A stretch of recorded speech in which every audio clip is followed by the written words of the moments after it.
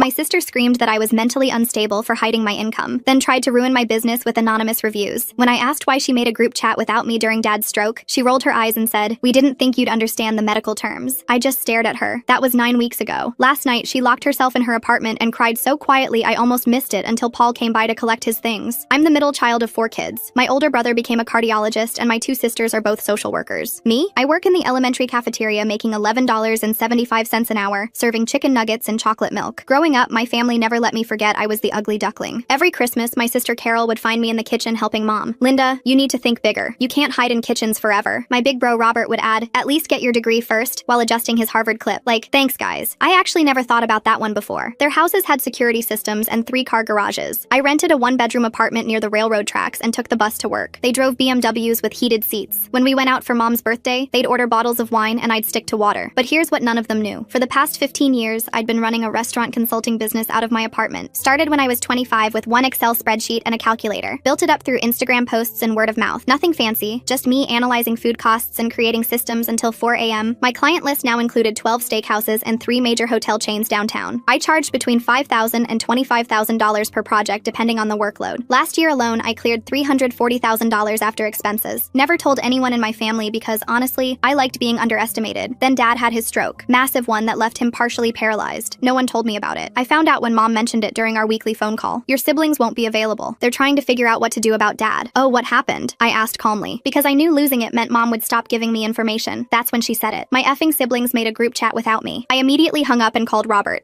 Hey, maybe this was an accident, but why wasn't I included in the discussion about Dad?" He sighed like he was explaining something to a child. "Linda, we need to be realistic here. Good facilities cost $8,000 a month. If you can get someone to cover your little hairnet job, maybe you can visit once a month." I told him I'd take care of Dad myself. He actually snorted. "Ha ha ha ha, I know you're not talking about moving him into that shoebox you live in. Linda, Dad needs round-the-clock medical care. This isn't like scooping mashed potatoes onto plastic trays." Carol jumped on the call. "Robert's right. We're talking about adult decisions here, not something you can handle on a cafeteria worker's salary. Proper care." As if I'd just prop Dad up with some tater tots and call it a day. That weekend, I did something that would make them regret their words forever. I drove around looking at houses for sale, found a perfect ranch style with wide hallways and a ground floor master bedroom, just the way Dad likes it. Put in a cash offer, $20,000 over asking. While my siblings argued about who would cover Medicare, I hired contractors to install grab bars and a roll-in shower. Interviewed home health agencies until I found the perfect team. All while my siblings sent each other links to depressing nursing homes an hour away from everyone. Moved Dad in 3 weeks after his discharge. Didn't tell anyone, just showed up at the hospital with the medical transport I'd arranged. Robert was there arguing with the social worker about temporary placement. "It's handled," I said, signing the discharge papers. "Dad's coming home with me." Carol laughed that sharp, bitter laugh she'd perfected in childhood. "Linda, stop. This is embarrassing. You can barely afford your own life." My younger brother James finally spoke up. "Let her try and fail. She'll come begging for help in a week when reality hits." 6 months passed. I took care of Dad while running my business. He'd sit at my kitchen table watching me organizing files, telling stories about his army days. My siblings barely visited. Carol said she was too busy. Robert said he didn't want to get stuck in traffic. James just stopped responding to texts. They kept their group chat going though. Mom would mention their ongoing debates about long-term care facilities, like they were waiting for me to fail. But then something beautiful happened. It came in the form of something big, thick, and black. Carol's preppy little husband saw my name on the speaker board at a restaurant industry conference. In bold black lettering it read, "Linda Mitchell, turning failed restaurants into million-dollar success stories." He took a photo and sent it to the family group chat with 3 question marks. I just laughed and switched my phone off. But when I woke up, I noticed my phone had been bombarded with dozens of texts and missed calls. The first voicemail was angry. The second was threatening. By the 10th, they were practically begging to talk about this rationally. The first message I actually opened was from Carol. "Pathological liar," in all caps. Then another. "How dare you hide this from us while we worried ourselves sick about Dad's care costs." I set my phone aside and focused on making Dad's breakfast. My hand stayed steady as I scrambled his eggs exactly how he liked them, soft with a touch of cream. The phone kept buzzing against the counter, creating a constant vibration that made the salt shaker dance. Dad noticed the noise from his wheelchair. His good hand reached toward the phone, eyebrows raised in question. "Just the family having feelings," I told him, placing his plate on the special tray that attached to his chair. "Nothing that can't wait until after breakfast." The phone rang. Robert's name flashed on the screen. I answered on speaker while adjusting Dad's napkin, knowing he'd want to hear whatever drama was unfolding. "Fraud!" Robert's voice exploded through the speaker. "Identity theft! Corporate deception! I have lawyer friends, Linda. This charade ends now." Dad's eyes widened. His good hand gripped his fork tighter, but I kept my voice level. "I never lied to anyone, Robert. I just never corrected your assumptions about my life. You let us think you were poor. You watched us stress about Dad's care costs while sitting on a fortune. I'll expose you, Linda. I'll tell everyone at Garfield Elementary exactly what kind of person you really are. They deserve to know their cafeteria worker is a con artist." The line went dead. Dad's egg sat untouched, his face showing more alertness than I'd seen in weeks. weeks. A knock at the door interrupted the silence. Mrs. Chen from next door stood on my porch, holding a casserole dish and wearing a concerned expression. "I heard shouting," she said, glancing past me toward Dad. "Everything okay? I brought extra lasagna from last night." Mrs. Chen had been bringing meals twice a week since Dad moved in, refusing payment and always staying to chat with him about their shared love of old war movies. She knew exactly how dedicated I was to his care, often commenting on the medical equipment and modifications I'd installed. "Family drama," I admitted, accepting the dish, "but we're managing." She patted my arm. "Your father is lucky to have you. Not many daughters would do what you do." As she left, my phone showed a new text from Carol. "On my way over. You will explain yourself." I helped Dad finish breakfast, then started preparing him for physical therapy. His therapist would arrive at 8, and I needed him ready. While I gathered his exercise bands, a car door slammed outside, then another. Carol's fist pounded against my front door. "Open up, Linda! We're not leaving until you explain this sick joke." Through the window, I spotted James's car pulling up behind Carol's, all three siblings descending like a storm. I opened the door to find them clustered on my porch. James held his phone up, recording. "For evidence," he announced, "in case we need it for legal proceedings." They pushed past me without invitation, Carol leading the charge into my living room. Their eyes swept over the hospital bed in the corner, the lift system installed in the ceiling, the rows of medical supplies organized on custom shelving. Robert stopped at the bathroom doorway, staring at the roll-in shower and professional-grade grab bars. "This must have cost a fortune," Carol finished, spinning toward the kitchen. Her gaze landed on my desk in the corner, where business cards lay scattered from yesterday's video conference. She snatched one up, reading aloud, "Linda Mitchell, CEO, Mitchell Restaurant Solutions." Her face drained of color. "CEO?" Robert's tactics shifted instantly. "Obviously a scam. You've been defrauding vulnerable restaurant owners, haven't you? Taking advantage of struggling businesses during tough times?" The doorbell rang. Dad's physical therapist had arrived right on schedule. I let Catherine in, watching my siblings step aside as she wheeled her equipment past them. "Morning, Mr. Mitchell," Catherine called cheerfully. "Ready to work those legs today?" While she got Dad positioned for his exercises, I pulled out my laptop. My siblings watched as I navigated to my business banking portal. 7 figures, James whispered, stopping his recording to lean closer. "Carol, do you see the tax implications here? She's been hiding assets while claiming